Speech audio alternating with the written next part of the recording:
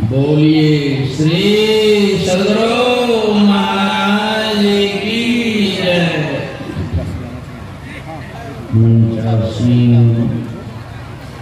ब्रह्मलिंग संत साहिब स्वामी जी महाराज के विशेष कृपा पात्र पूज्यपाद प्रधान आचार्य ब्रह्म ऋषि चक्रानंद महाराज के पावन चरणों में कोटि कोटि नमन।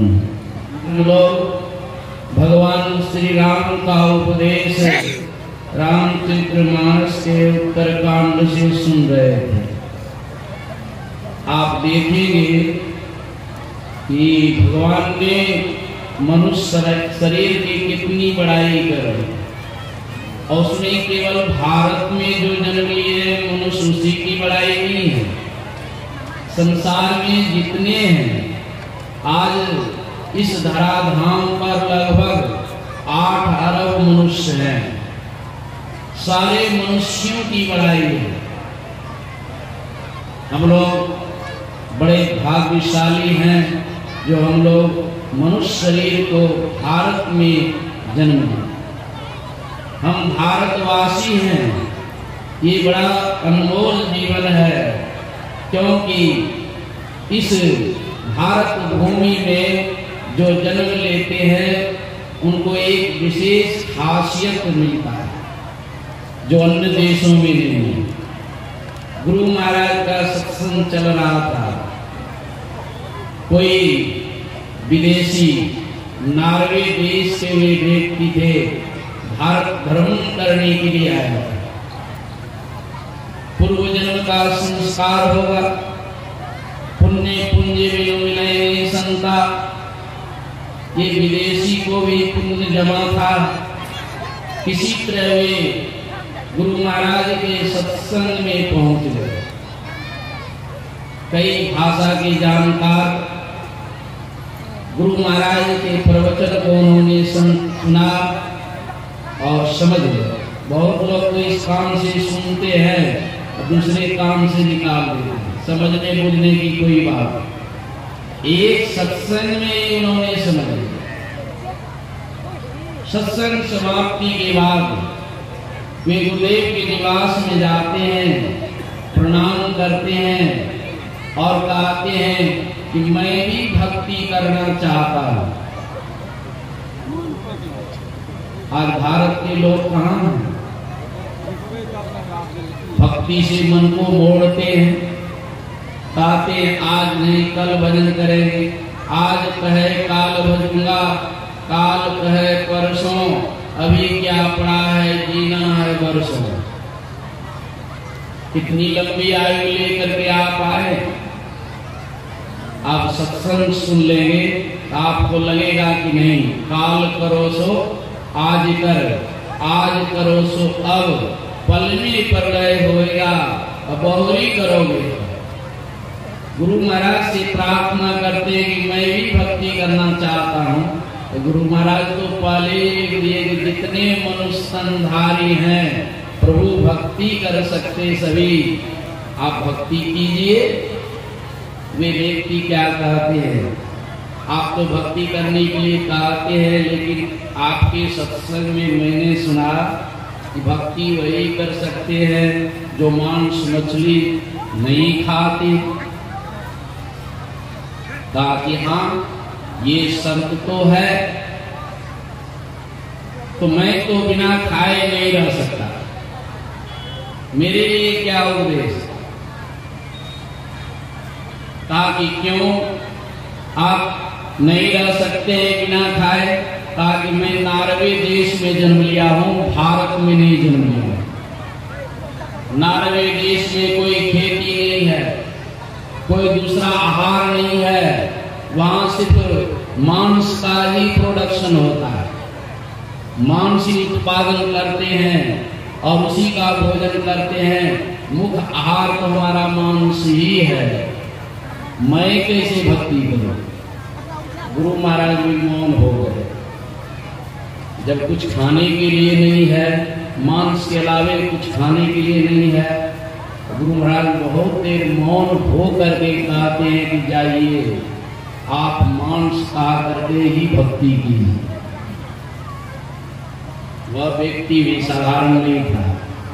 कहा कि मैं मांस खा करके भक्ति करूंगा तो मुझे क्या लाभ? कहा कि लाभ होगा। फिर वे पूछते हैं क्या लाभ होगा? गुरु महाराज कहते हैं कि लाभ होगा।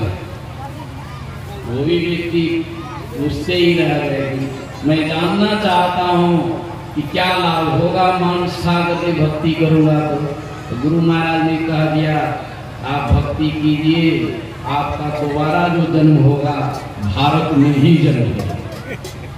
श्री सद्गुरु महाराज की जय। यहाँ परमात्मा ने इतने अन्न, इतने फल, इतनी सब्जियां, इतने दूध, मेवा, मिष्ठान बना करके छोड़ दिए हैं कि किसी भी देश में इतने खाने पीने की व्यवस्था परमात्मा ने नहीं की। आप भारत में जन्म लेंगे, बहुत चीज आपको खाने पीने के लिए मिलेगा। मांस मछली खाने की जरूरत ही नहीं है, सूंघने की भी जरूरत नहीं है। ये है भारत वर्ष में जन्म लेने का सौभाग्य। और भारत भूमि में ही भगवान राम ने अवतार लिया, भगवान कृष्ण ने अवतार लिया। सारे मनुष्यों को एक ही उपदेश सारे संतों और भगवंतों ने किया है। वही हम लोगों को, सारे मनुष्यों को जानना है, समझना है। बस सारे दुखों से छूटने का जगह परमात्मा ने मनुष्य के शरीर में रखा है, उसको पता कर लेना है। चाहे अनपढ़ व्यक्ति हो, विद्वान व्यक्ति हो, निर्धन व्यक्ति हो, धनवान व्यक्ति हो, स्त्री हो या पुरुष हो, सब के सब दुखी हैं। यदि सदा के लिए दुख से छुट्टी पाना चाहते हैं, आपके शरीर के अंदर में ही वो स्थान है। राम जी ये उपदेश आज भी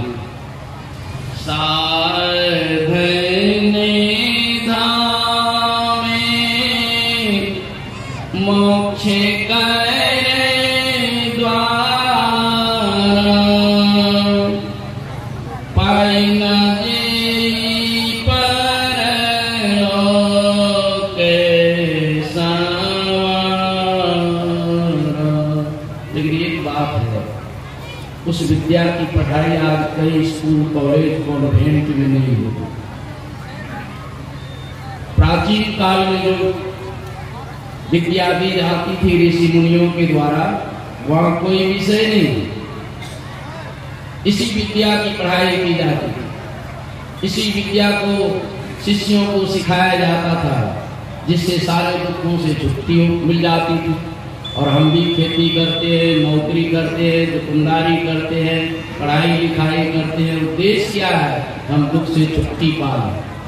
तो दुख से छुट्टी पाने की विद्या प्राचीन काल में ऋषि मुनियों के द्वारा दी जाती थी।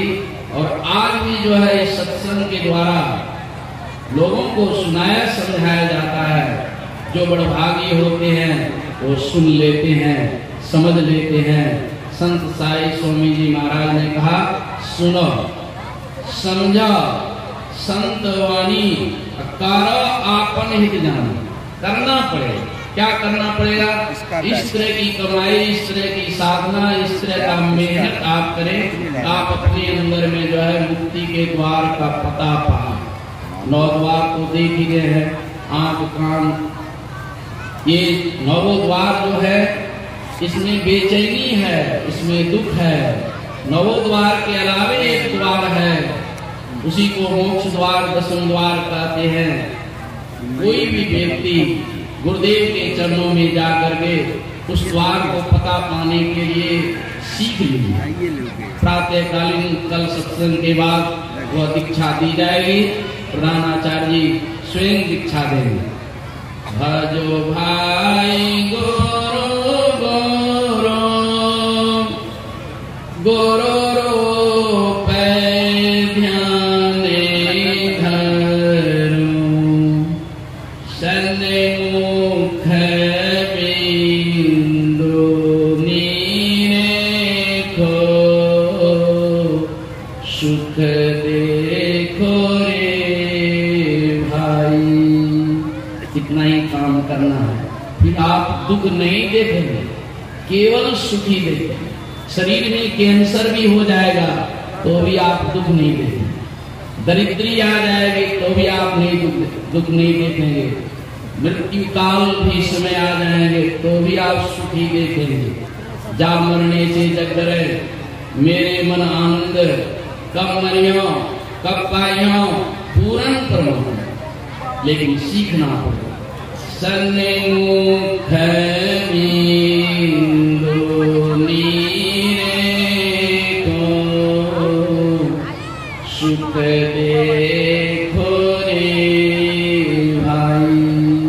अंदर में सामने गुरु इंगित स्थान पर नेत्र बंद करके देखना है।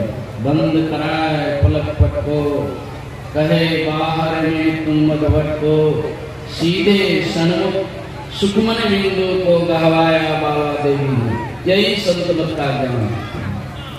समय का अभाव है, हम लोगों के भी पूज्यपाद प्रधानाचार्य जी मंचासीन हैं, इनके संबंध में क्या कहना। 66 ईस्वी में इनकी पढ़ाई पूरी हो गई, MA कर लिए, BL कर लिए। क्या इनका पूर्वजन्म का संस्कार था। पढ़ाई समाप्त करते ही गुरु महाराज का दर्शन, गुरु महाराज से दीक्षा लेना और उपवास घाट में रहने का सौभाग्य प्राप्त करना, ये एक जन्मों की कमाई नहीं। लगभग 5-6 दिन पहले मैंने एक स्वप्न देखा, किसी को नहीं कहा, लेकिन आज आवश्यकता लग रहा है। 12:30 बजे रात्रि को नींद टूटी, सवेरे सो गया था, रात्रि भोजन नहीं हुआ। नींद टूटने के पहले मैंने एक स्वप्न देखा। गुरु महाराज स्वयं कह रहे हैं, मैं आपके बिना क्यों कैसे रहूं, आपको रहना हो, मैं आपके बिना कैसे रहूं। मुझे सुन करके आश्चर्य लगा। स्वप्न के बारे में मैं सोचने लगा, लगता है ये गुरु महाराज इनके पक्ष में चल रहे हैं। यही संत मत की परंपरा है। संत साई स्वामी जी महाराज का तो भरपूर आशीर्वाद, क्योंकि 40 वर्षों तक उनके पीछे पीछे छाया के समान चलते हैं। एक पलक भी, एक झलक भी साई स्वामी जी के इच्छा के विरोध इन्होंने कभी कदम नहीं उठाया। ऐसे महान आत्मा हम लोगों के बीच में विद्यमान है। हम लोग अपने आप को मजबूती बना लें, ताकि गुरु महाराज का झंडा, संत मत का झंडा कभी नहीं झुके। क्योंकि संत मत की जरा भी हानि जो कोई कर लेते हैं, गुरुदेव को पसंद नहीं है, वे कहीं के नहीं रहते। इसलिए हम सभी सत्संगी भाई बहन सावधान हो जाएं और गुरुदेव के चलाए हुए संस्था को अपने हृदय से प्रेम करें। इसी में हमारा उपकार होगा, भलाई होगी, गुरुदेव की कृपा पात्र बनेंगे। बिना गुरु कृपा पाए नहीं जीवन उधारा है। करोड़ों उपाय कर लेंगे, गुरुदेव की कृपा पात्र यदि नहीं बना तो फिर कोई उपाय, करोड़ों जन्मों में कोई उपाय नहीं है। बस इतना ही आप सबों के बीच में कहा। बोलिए श्री सद्गुरु महाराज की जय। देव से बोलिए श्री सद्गुरु महाराज की जय।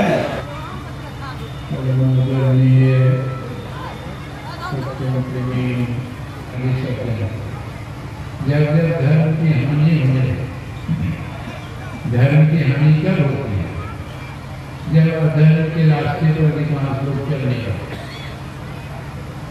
धर्म के रास्ते पर अधिकांश लोग चलने लगते हैं तो धर्म की हानि होती है। उसी को असुर भी कहा। जब जब वही धर्म की हानि पाए असुर, अधम अभिमानी, अधम अभिमानी असुर। असुर किसको कहा? तो नाना प्रकार दुष्कर्म करता, चोरी करना, डकैती करना, बदमाशी करना, हिंसा करना, ये सब असुर। असुर कहने का मतलब ये नहीं है कि कला होता कह रहा है बड़ी बड़ी बातें ऐसी असुर नहीं, कर्म से कोई असुर है और कर्म से ही कोई सुर है। कर्म से मनुष्य को वहाँ बनाता और कर्म से मनुष्य पति बना। भगवान राम देख लीजिए, भगवान राम और रावण एक ही युग में, रावण उनके रति थे, उत्तम पुरुष नष्ट करना, उत्तम पुरुष ब्रह्मा के नाती, ब्रह्मा के नाती हो गए असुर, कर्म से उपस्थित हो गए असुर, भगवान राम कर्म से भगवान। ये कर्म का ही खेल है, दोनों की राशि एक है, राम और रावण दोनों की राशि एक है, लेकिन कर्म से कोई नीच, कोई सूर, कोई असुर। भगवान कृष्ण और कंस की राशि एक है। अरे कंस तो उनका मामा वह हो गया असुर और भगवान की सूर कर्म से, तो कर्म उठा होगा। भगवान क्या उपदेश करते हैं? मनुष्य का लक्ष्य जिए तो भगवान से लक्ष्य जो है कितने लोग जानते हैं? किसी महात्मा ने किसी से पूछा क्या करते हो? दुकानदारी किस लिए करते हो? पैसा कमाना। पैसा किस लिए कमाते हो? खाने के लिए। खाते किस लिए? जीने के लिए। फिर पूछा जीते किस लिए? वो बेचारा चुप हो गया। कौन कहेगा कि मरने के लिए? हम लोग जी रहे हैं मरने के लिए नहीं। जीवन का लक्ष्य जान गए तब तो आपका जीवन सार्थक है, नहीं तो टीचर प्राण से विशेष नहीं है, विशेष नहीं है। देखिए भगवान नाम का उस तरह की परिस्थिति पर ध्यान दीजिए। कैसी परिस्थिति थी? रावण का अत्याचार सीमा पार कर दिया था। उनके वंशज उनके जितने देखिए स्थिति अस्तित्व उसमें उस समय की स्थिति देखी क्या उसी परिस्थिति में भगवान को चार बात को जो है समाप्त हो। बच्चे कुछ जो थे जो जीवन के लक्ष्य नहीं समझ पा रहे थे उनको बुलाकर के उपदेश करते हैं। तो बच्चा को क्या भी कुछ चाहिए भगवान उपदेश कर यह शरीर में दिया किसी बड़े भाग से शरीर मिला बड़ा भाग और सब शरीर और सब जो है भाग से मिलता है। आपको अच्छाई जो मिली है, कोई धनी है, कोई गरीब है, कोई सुंदर है, कोई ग्रुप है, ये भाग से ही ये सब भाग से ही मिलता है। लेकिन बड़ा भाग इसको नहीं कहा जाता। मनुष्य शरीर कहा कि ये बड़े भाग से भगवान कहते हैं। यदि उस बड़े भाग का शरीर मिला और काम उठा कर हमें कैसा होगा? इसीलिए श्रेष्ठ शरीर है तो श्रेष्ठ काम भी होना चाहिए। नहीं जानते हैं भगवान तो कुछ करते रहे भगवान से पूछे भगवान ये क्यों शरीर दिए हैं? आपके ये बनाए हैं, आप ही तो बताइए क्यों दिए? वही कहते हैं नर्तन पाई विषय न दे पर सुधारते सत्य कहते हैं कोई सत्य है, अमृत है, हम तो ये अमृत प्राप्त करेंगे, लेकिन देखा है जहर। विषय जो है विषय को जहर कहा गया। पांच परस रस सब के अंदर रूप उनका कहा न कीजिए गौरी परम भक्त। तो विषय के चरित्र वास्तविक मुदन करो वो पटा दीजिए। क्या 20 जो है विषय तो 20 का आप जो है इसी में घूमे रहिएगा तो जन्मना मरना जो देखते रहेगा। विषय के लिए फिर कहते हैं विषय के लिए भी दिए तब निर्विषय के लिए दिए। निर्विषय किसको कहा जाएगा? जो इंद्रियों के ज्ञान से बाहर, इंद्रियों के ज्ञान में जो नहीं आता है, आत्मा के ज्ञान में आता है, उसी को निर्विषय कहा न परमात्मा। और शरीर इंद्रियों के ज्ञान में जो आता है उसको विषय कहा जाता है। विषय से किसी बात तक मिली है आज तक उदाहरण बता सकते हैं। एक बेचारे ने पता रखी। एक राजा के पास एक बकरी और राजा का ऐलान था कि बकरी को जो खूब खिला करके घर पे खिला करके लाएगा उसको नाम। तो लोग रहस्य को जान नहीं सके तो तैयार हो गए, ठीक है। बकरी ले गए, खूब हरी हरी घास को खिलाया, खूब खा करके पेट जब भर गया राज दरबार में हार गया। राज दरबार में बकरी को ले जाते हैं। राजा क्या करते, पहली घास बगल में रखते, जो बकरी आती थी वो हरी घास जा करके मुंह में सामने करके नहीं, बकरी लपट कर खाने लगा। कब यह भारी बकरी है, तो भूखी बकरी है। फिर दूसरे लाते वही करते।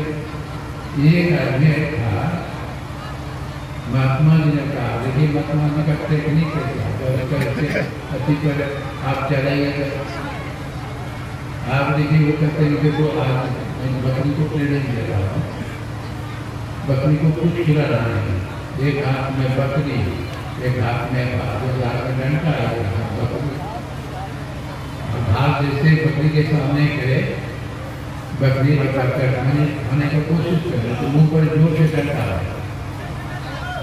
एक घंटा दो घंटा लगा, 4-5 घंटा नहीं, भाग के बकरी खिंचा करके भागने लगी।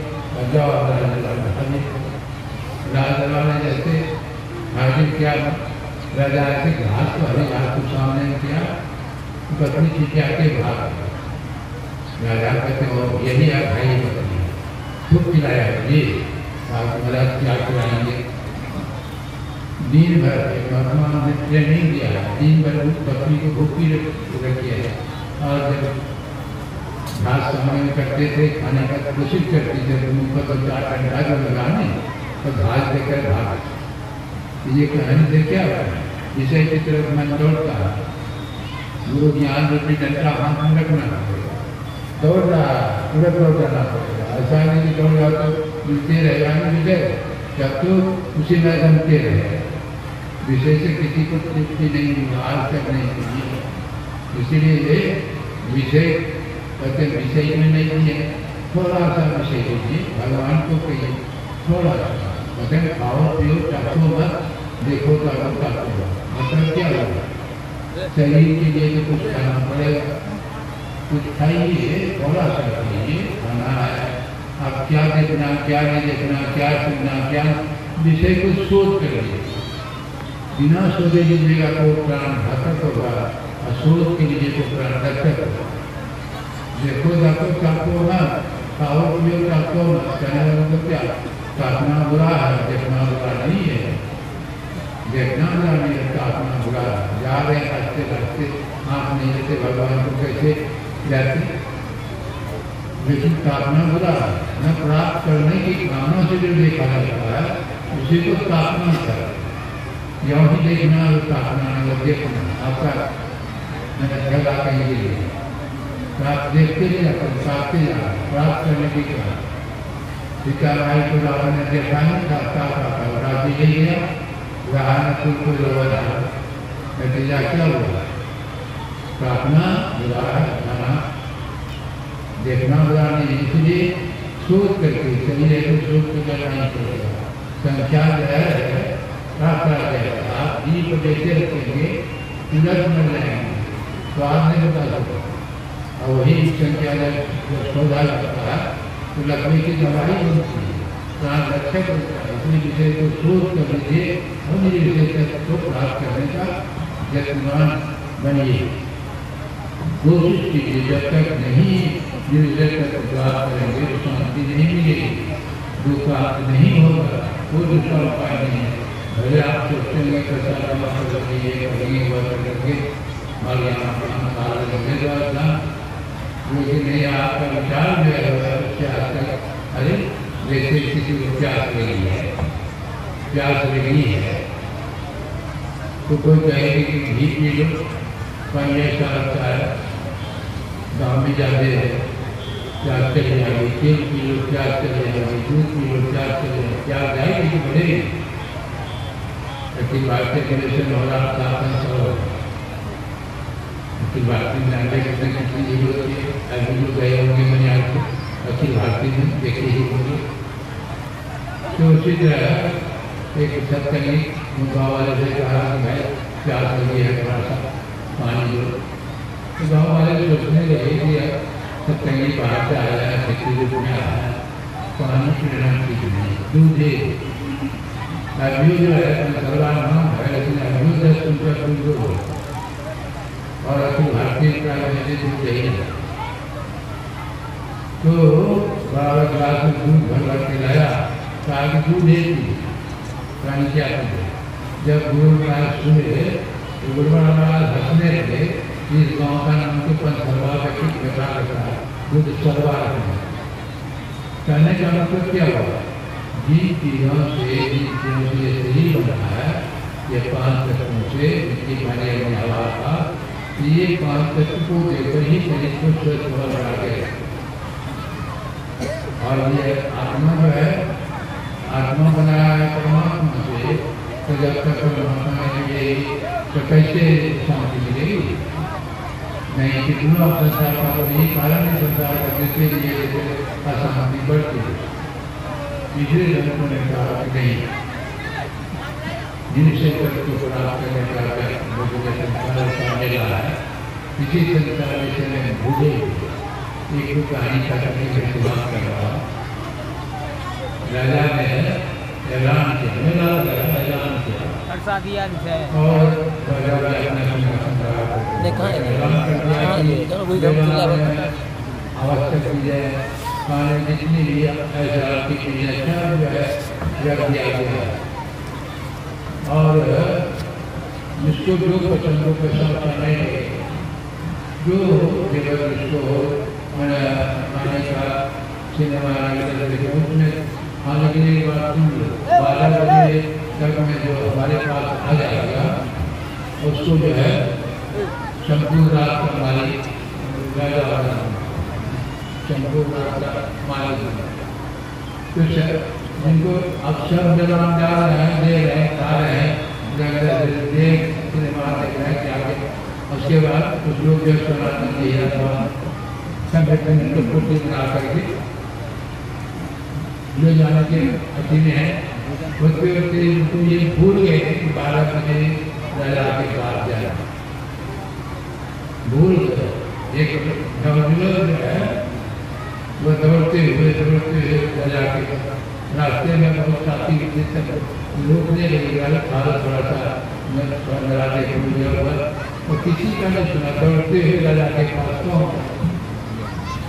राजा से कहते जा रहे हैं 12 बजे आया, कहा मैंने बताओ 12 बजे आया, अब मैं जो है तुम जो है हमारे गड्डी के अधिकारी हुए, उसको गड्डी पर बैठाया और वह जैसे गड्डी पर बैठा फरमान जारी कर दिया, मेरा जितने जो लोग हैं उसको धक्का लेके बाहर करो, जो भी इनको पूर्ति बना के रखे हैं तो कैद करो।